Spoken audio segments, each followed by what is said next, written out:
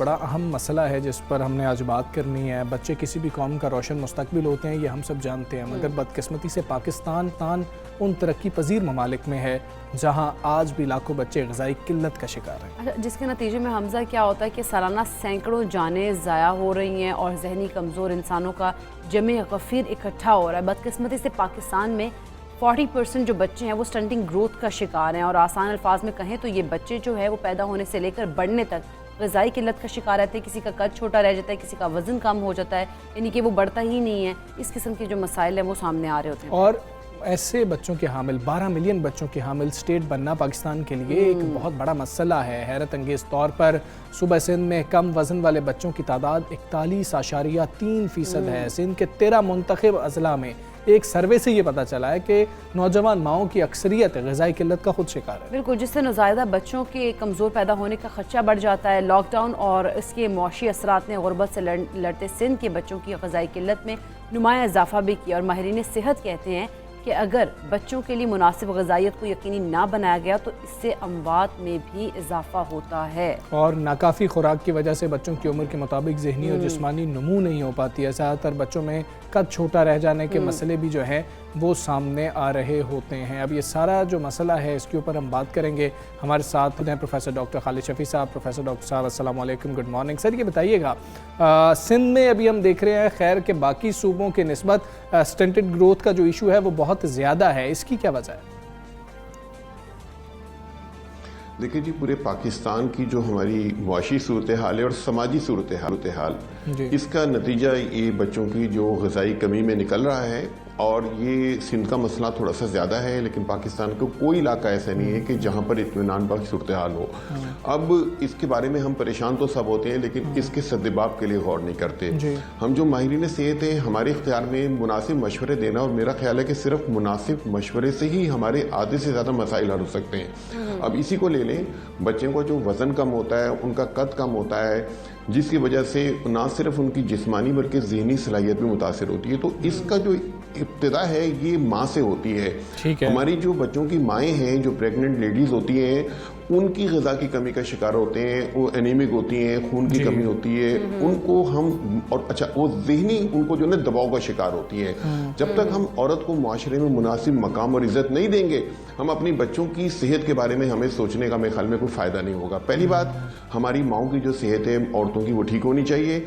Number 2, बच्चों की पैदाइश में मुनासिब वक्फा होना चाहिए। ये हमारे मर्दों की सोचने की बात है कि कम अज़ कम एक बच्चा पैदा होता है तो दूसरे बच्चे में उसका 2 महीने में हमल ठहरने में टाइम होना चाहिए। अच्छा, इसके बाद हम जो गलतियां करते हैं कि बच्चा जब पैदा होता है तो बच्चे के लिए एक बेहतरीन चीज़ जो है माँ का दूध है। हमारे यहाँ जो माँ का दूध एक्सक्लूसिव जो स्टैंडर्ड ब्रेस्ट फीडिंग प्रैक्टिस है वो 50% से भी कम है।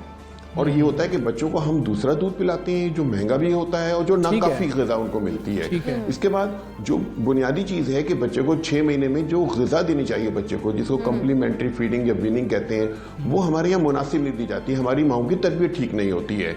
इसकी वजह से ये होता है कि हमारा बच्चा ग़िज़ाई कमी का शिकार होता है। इसके साथ साथ हमारा बच्चा जिस माहौल में रहता है, सफाई सुथराई नहीं है, पानी नहीं है, आबो हवा साफ नहीं है, हम बच्चों को हिफाजती टीके नहीं लगाते हैं। ये बच्चे बीमार होते हैं। जब बच्चा बीमार होता है तो वो समझे कि 2 महीने पीछे चला जाता है। अब हमारे यहाँ सूरत हाल है कि अभी हमारे आपने बताया था कि सैकड़ों बच्चे हर साल इसका मौत का शिकार होते हैं। सैकड़ों नहीं, लाखों बच्चे मौत का शिकार होते हैं। और पाकिस्तान दुनिया के खराब तरीन ममालिक में है कि जब बच्चों की शरह अमवात बहुत ज्यादा है। ठीक है। अच्छा डॉक्टर साहब, इसका कंट्रोल कैसे किया जा सके? जो स्टंटेड ग्रोथ है, इसको कोई ऐसा सिस्टम भी है कि रिवर्स किया जा सके, और जो कि ज़िंदगी पर कितने मसाइल उनके ऊपर आ सकते हैं इन फ्यूचर? देखें जी, इसके 2 वो है, एक मुआशी मसाइल हैं जो जाहिर सी बात है हमारा मुल्क गुर्बत का शिकार है। ये हमारी हुकूमत का काम है कि बेटर गवर्नेंस करे, लोगों तक जो है ना रोज़गार पहुंचाए। अगर मुआशी खुशहाली होगी तो उनके घर में बच्चे भी सेहतमंद। एक तो ये बात है, लेकिन मौजूदा वसाइल में रहते हुए भी ये चीज़ में बेहतरी ला जा सकती है। मैंने जैसे बताया कि दो बच्चों का दरमियानी वक्फा कम अज़ कम 2 साल होना चाहिए, 2 साल से ज़्यादा होना चाहिए। बच्चे जब जल्दी पैदा होते हैं, हमारे यहाँ तकरीबन 25 से 30% बच्चे ऐसे पैदा होते हैं जिनका वजन ही कम होता है, माँ के पेट से कम वजन के पैदा होते हैं। यही बच्चे होते हैं जो ज्यादा मसाइल का शिकार होते हैं। इसके बाद बच्चों को माँ का दूध पिलाया जाए, माँ को ज़हनी दबाव में मुब्तला मत रखा जाए। हमारे यहाँ जो औरतों को तशद्दुद का निशाना बनाया जाता है और उनको ज़हनी तौर पर टेंशन में रखा जाता है, इसलिए उनकी सेहत भी खराब होती है। औरत को घर में जब आखिर में खाना खाएगी, बचा हुआ खाना खाएगी, उसे जानवर की तरह काम लिया जाएगा, तो बच्चे की सेहत ठीक है। डॉक्टर साहब ये बता दीजिएगा, स्टंटेड ग्रोथ वाला बच्चा और एक नॉर्मल बच्चा, क्या जिंदगी की दौड़ में हम इनको एक बराबर देख सकते हैं? बिल्कुल भी नहीं देख सकते। जिस्मानी जो सेहत है, ये तो चले बच्चे का कद छोटा है, वजन छोटा है, काम फिर भी चल जाता है, बच्चा बीमारी का शिकार ज्यादा होता है, बार बार बीमार होता है, डायरिया, नमूनिया होता है। एक सेहतमंद बच्चे को अगर नमूनिया होता है तो उसकी, जिसे कहना चाहिए, खतरे का या मौत का शिकार होने का इम्कान 20 गुना कम होता है उस बच्चे से कि जो बच्चा जो है जिसका वजन कम है। अच्छा, इसके बाद ज़हनी चीज आ जाती है, क्योंकि ये जमाना ऐसा है कि जो ज़हनी तौर पे नॉर्मल लोग हैं उनके लिए भी मुकाबला करना आसान नहीं है। जो बच्चा ज़हनी तौर पे कमजोर है, जिसका IQ कम है, तो वो कैसे मुकाबला करेगा, कैसे स्कूल में पढ़ेगा? तो ये खतरे की बात ये है कि अब से कुछ साल के बाद डॉक्टर साहब इन बच्चों की निशानदेही कैसे हो सकती है? बहुत बड़ी तादाद होगी। डॉक्टर साहब इन बच्चों की निशानदेही कैसे हो सकती है? जी प्लीज। जी, निशानदेही तो बहुत आसान होती है कि बच्चे का वजन और उसका कद नापा जाए। सब आसान तरीका है। अगर बच्चे का वजन उसकी उम्र के हिसाब से कम है तो उसको कहते हैं कि अंडरवेट बच्चा। हमारे यहाँ 30% बच्चे अंडरवेट है। अगर बच्चे की कद जो है, उसकी हाइट जो है, उसकी वजन के लिहाज से कम है तो उसको कहते हैं स्टंटिंग ग्रोथ। इसका मतलब ये कि बच्चा बहुत अरसे से ग़िज़ा की कमी का शिकार है, जिसकी वजह से उसका कद छोटा रह गया है। और अगर बच्चे का सिर्फ कद तो ठीक है लेकिन उसका वजन कम है, इसका मतलब है कि वो कुछ महीने से, कुछ अरसे से ग़िज़ा की कमी का शिकार है। इनकी निशानदेही बच्चों की पैदाइश के जो बाद में जो बच्चा डॉक्टर्स के पास जाता है, हॉस्पिटल्स में जाता है, वहाँ पर इनका वजन किया जाए, ग्रोथ चार्ट है उस पर लगाया जाए, तो वाज़ी पता चल जाता है कि ये बच्चा अब नीचे जा रहा है, इस पर मेहनत करने की जरूरत है। देखना है कि लेकिन डॉक्टर साहब आपने कहा कि बर्थ के टाइम ही पता लग जाता है कि बच्चा जो है ग़िज़ाई कमी का उसको शिकार हो, मतलब होता है कि नहीं, तो कितना वेट होना चाहिए बर्थ के टाइम बच्चे का? देखिए जी, एवरेज वेट पाकिस्तान में जो है बच्चे का, जो सेहतमंद बच्चा, कम से कम उसका 2.9 kg, 3 kg से ज्यादा होना चाहिए। वो बच्चे जिनका वजन 2.5 kg यानी 2.5 kg से कम होता है, ये बच्चे मसाइल का शिकार ज्यादा होते हैं। शरह अमवात भी इन बच्चों में ज्यादा होती है। तो आपने ये बात की थी ना कि कैसे पता चलता है। देखिए, अगर बच्चे का किसी का वजन कम हो रहा है, बढ़ नहीं रहा है, ये बच्चों की देखिए पकड़ने की बाद में अगर हमें मालूम हो जाए कि हमारे बच्चे जब बड़े हो जाते हैं फिर कुछ नहीं किया जा सकता। किया जो जा सकता है जिंदगी के इब्तदाई चंद महीनों में, चंद सालों में किया जा सकता है। अगर बच्चे का वजन कम है, उसको खसूसी तवज्जो दी जाए, उसको ग़िज़ाई मशवरे दी जाए, विटामिन दिए जाएं, आयरन दिए जाएं, उसकी ग्रोथ को मॉनिटर किया जाए, उसको बीमारी से बचाया जाए, हिफाजती टीके लगाए जाए उसको। अच्छा, ठीक है, ठीक है। अच्छा डॉक्टर साहब, एक मिसकंसेप्शन है या ये बात दुरुस्त है, ये तो आप ही क्लियर करेंगे, कि हम ये समझते हैं कि बस गरीबों के जो बच्चे होते हैं वो ही स्टंटेड ग्रोथ का उनको सामना होता है, अमीरों के बच्चों को नहीं होता। आप इसको कैसे एड्रेस करेंगे? ये एग्जैक्टली तो बात ठीक नहीं है। एक बात ठीक है कि अगर मुआशी खुशहाली होती है, माँ की सेहत ठीक होती है, घर में ग़िज़ा वाफिर मकदार में मौजूद होती है, तो जाहिर सी बात है कि सेहत बेहतर होती है। तो एक बात है, लेकिन मुनासिब तरीके से मौजूदा सूरत हाल में एक गरीब आदमी भी अपनी फैमिली को मुनासिब तरीके से पाल सकता है। मैंने बताया ना, गरीबों में 10-10 बच्चे पैदा करते हैं, 1-1 साल के बाद बच्चा पैदा होता है, तो ये तो कोई बात नहीं। समझदारी का सबूत तो हर आदमी दे सकता है। मुनासिब तरीके से सेहतमंद हर आदमी रह सकता है। ये इसके लिए जरूरी नहीं है कि दौलत की फरावानी हो जब ही सेहतमंद होगी।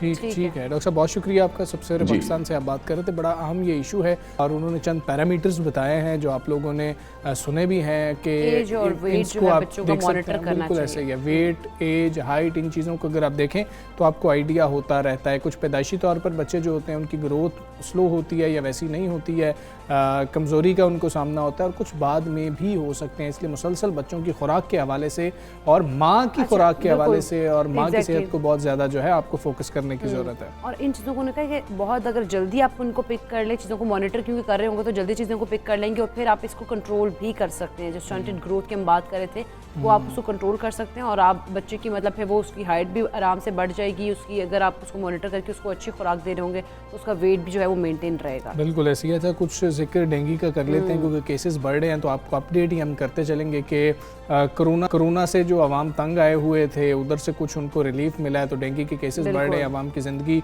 इसने डेंगू ने कुछ मजीद मुश्किल कर दी है। मुल्क के मुख्तलिफ शहरों में डेंगू के बार इस वक्त जारी है। बिल्कुल ऐसे ही हमजा केसेस बढ़ने पर अस्पतालों की अगर हम बात करें तो उधर भी कुछ सूरत हाल ठीक ठीक नहीं है, वहाँ पर बहुत ज़्यादा बोझ पड़ता जा रहा है। महकमा से पंजाब के मुताबिक इस वक्त लाहौर में डेंगू केसेस की तादाद 3666, जबकि पंजाब भर में 4876 हो गई है। ये इतनी बड़ी तादाद हो गई है। इस्लामाबाद में केसेस की मजमूई तादाद 1403 तक पहुंच चुकी हुई और रवामा सिंध में अब तक 492 केसेस रिपोर्ट हुए हैं। अच्छा, खैबर पख्तूनख्वा की बात कर लें, वहाँ पर भी वायरस से मुतासर अफराद की तादाद 3000 से बढ़ गई है, जबकि अब तक 3 मरीज़ जो हैं वो उनके जाँ बहक भी हो चुके हैं। ये रिपोर्ट हो चुका है कि 3 जो डेथ हैं वो भी रिपोर्ट। अच्छा, आप लाजमी तौर पर अगर आपको अलामात हों तो आप टेस्ट लाजमी तौर पर करवाएं, क्योंकि प्लेटलेट्स कम हो जाते हैं और उससे कमज़ोरी तो बहुत ज़्यादा हो जाती है, लेकिन जब प्लेटलेट काउंट आपका कम हो रहा होता है तो उसको ट्रीट करने की बहुत ज़्यादा ज़रूरत होती है। तो आपने रिपोर्ट लाजमी करनी कि खुद से ही ठीक हो जाएगा। ट्रीटमेंट से के अलावा अगर हम बात करें तो एहतियात भी उससे पहले आप करें। आप जिस तरह से अपने डॉक्टर्स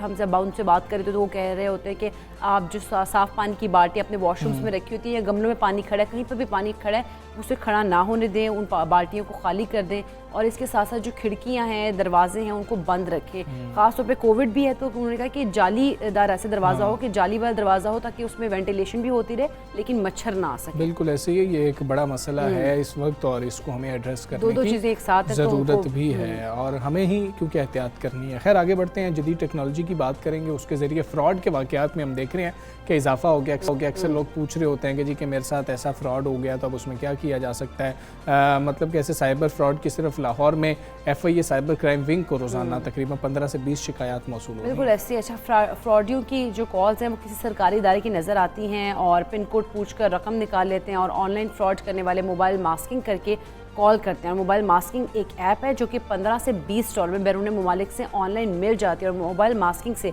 नंबर कोई भी हो मगर कॉल वसूल करने वाले की जो मोबाइल स्क्रीन है उस पर FBI, स्टेट बैंक या किसी भी बैंक के इदारे के नाम आ रहे होते हैं। ये इस तरह से मतलब और फिर लोग जो है वो बासानी उसके ऊपर वो हो भी जाते हैं, कायल भी हो जाते हैं कि हाँ उनको इन्फॉर्मेशन दे भी देते हैं। इसीलिए आप कभी अपने बैंक कॉल करें ना, आपने हेल्पलाइन पे कॉल की हो तो वो आगे से बार बार आपको बता रहे होते हैं कि इस नंबर पर हम सिर्फ कॉल वसूल कर रहे होते हैं, हमें मौसूल हो सकती है, हम कॉल इस नंबर से करते नहीं हैं। दूसरा, हमारा कोई भी नुमाइंदा आपसे आपका पिन कोड, आपकी बाकी इंफॉर्मेशन नहीं पूछ रहा होता है, तो उस चीज़ का ख़ास ख्याल रखें। कॉल वसूल की जाती है तो फिर कहा जाता है कि जी फ़लाँ इदारे से हम बोल रहे हैं, आपके अकाउंट्स में मशकूक ट्रांजैक्शन हुई है, आपने पता नहीं क्या कर दिया है, पहली ट्रांजैक्शन से लेकर आखिरी ट्रांजैक्शन, तारीख पैदाइश, बैंक अकाउंट किस तारीख को खुलवाया था, सब कुछ पूछ लेते हैं। अच्छा, ये तो अभी हम बता भी नहीं पढ़ भी नहीं, लेकिन ये एक्सपीरियंस मैंने कल किया भी है। मुझे कॉल इस तरह से आई, फिर मुझे तो क्योंकि हम लोग पढ़ते भी हैं चीज़ों को, हम देख भी रहते, तो मैंने उनको साफ कहा मैंने इन्फॉर्मेशन कोई नहीं देनी और मैंने ठक करके फ़ोन बंद कर दिया बजाय ज़्यादा बात करने के। क्योंकि जब आप बात कर रहे हो तो तब भी आप बहुत ज़्यादा आपका दिमाग जो है उसकी तरफ बन रहा होता है। तो ये सारे मसले पे हम बात भी करेंगे और किस तरह से इनसे बचना है वो लोग जानने की कोशिश करेंगे। साइबर सिक्योरिटी एक्सपर्ट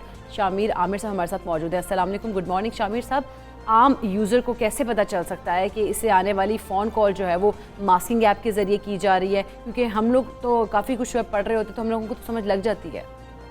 इसके अपेरेंटली तो फिलहाल यूज़र की इंफॉर्मेशन ही उसके पास बेहतर तरीका है उसको पता लगाने का। इस तरह से बहुत सारी ऐसी एप्लीकेशंस मौजूद हैं जो इस तरह के नंबर्स को स्पैम नंबर्स करार दे देती हैं इंटरनेट पे, जिससे आपको पहले से पता चल जाता है कि ये जो नंबर है ये एक डेंजरस नंबर है, इससे कॉल नहीं उठानी चाहिए।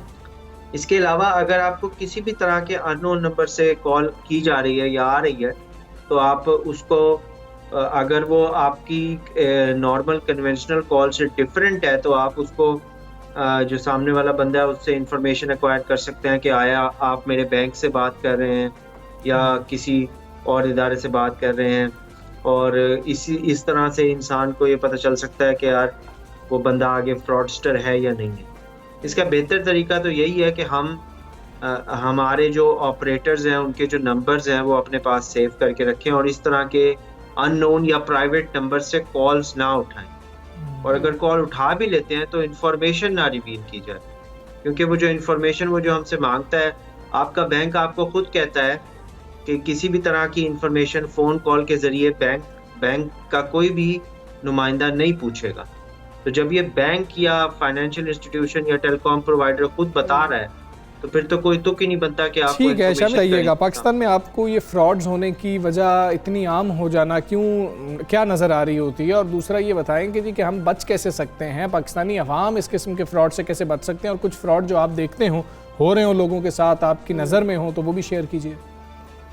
जी, ऑनलाइन बैंकिंग फ्रॉड इसलिए आम होता जा रहा है क्योंकि ज़्यादातर चीज़ें सेल फोन नंबर से टाई हो गई हैं। आपका जो बैंक अकाउंट है वो सेल फोन नंबर से टाई हो गया, आपके क्रेडिट कार्ड की ट्रांजैक्शंस आपके सेल फोन नंबर से टाई हो गई। इस वजह से ऑनलाइन जो फ्रॉड है वो आम होता जा रहा है। और इसके अलावा यूज़र्स की जो लैक ऑफ इंफॉर्मेशन है वो भी एक बहुत प्रॉब्लमेटिक चीज़ होती जा रही है कि यूज़र के पास पूरी इंफॉर्मेशन नहीं होती, जिसकी वजह से जो है वो फ्रॉड का शिकार हो जाते हैं। इसके लिए ज़रूरी है कि हम एक प्रॉपर लाए अमल जो बैंक्स हैं वो अख्तियार करें ताकि जो यूज़र है उसको प्रोटेक्ट किया जा सके। इसके आम होने की वजह नंबर 1 अगर मैं कहूँ तो लैक ऑफ यूज़र अवेयरनेस है कि आवाम अवेयर नहीं है किसी तरह की इस तरह के फ्रॉड से। वो इंफॉर्मेशन रिवील कर देते हैं जिसकी वजह से उनको नुकसान होता है। दूसरा ये कि सेल फोन नंबर से टाई किया जा रहा है डिफरेंट सिक्योर एस्पेक्ट्स को, जो कि नहीं होना चाहिए। शाम, लेकिन हमें ये बताइएगा कि इस वक्त ऑनलाइन बैंकिंग के किस किस्म के फ्रॉड्स हो रहे हैं जो कि आपने भी देखे हों, आपके सामने भी आए हों, और साथ ये भी बताइएगा कि टेक्नोलॉजी में इतनी जिद्दत आ गई है उसके बावजूद हम देख रहे हैं कि ATM हैक हो रहे हैं। ऑनलाइन बैंकिंग है उसके फ्रॉड इस वजह से हो रहे हैं कि कोई भी अगर इंसान किसी विक्टिम को कॉल करता है तो वो विक्टिम जब कॉल उठाता है तो वो उससे उसका क्रेडिट कार्ड का नंबर और उसके 4 डिजिट की जो पिन जो बैक साइड पे उसकी 3 डिजिट का CVV नंबर होता है वो पूछता है और बैंक का नुमाइंदा होकर बात करता है।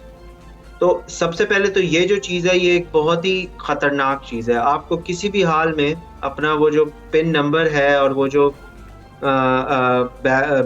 ATM कार्ड का या डेबिट क्रेडिट कार्ड का नंबर है वो रिवील नहीं करना चाहिए।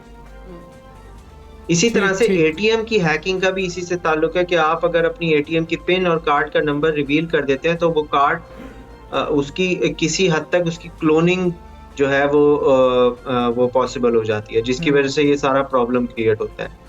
तो ये सारा का सारा टेक्नोलॉजी की जिद्दत से इसका ताल्लुक नहीं है, इसका ताल्लुक है कि यूजर खुद इंफॉर्मेशन रिवील करता है। ठीक है, यूजर्स के पास उतनी इंफॉर्मेशन नहीं है और वो इंफॉर्मेशन दे भी रहे होते हैं। शामिर, बहुत शुक्रिया आपका।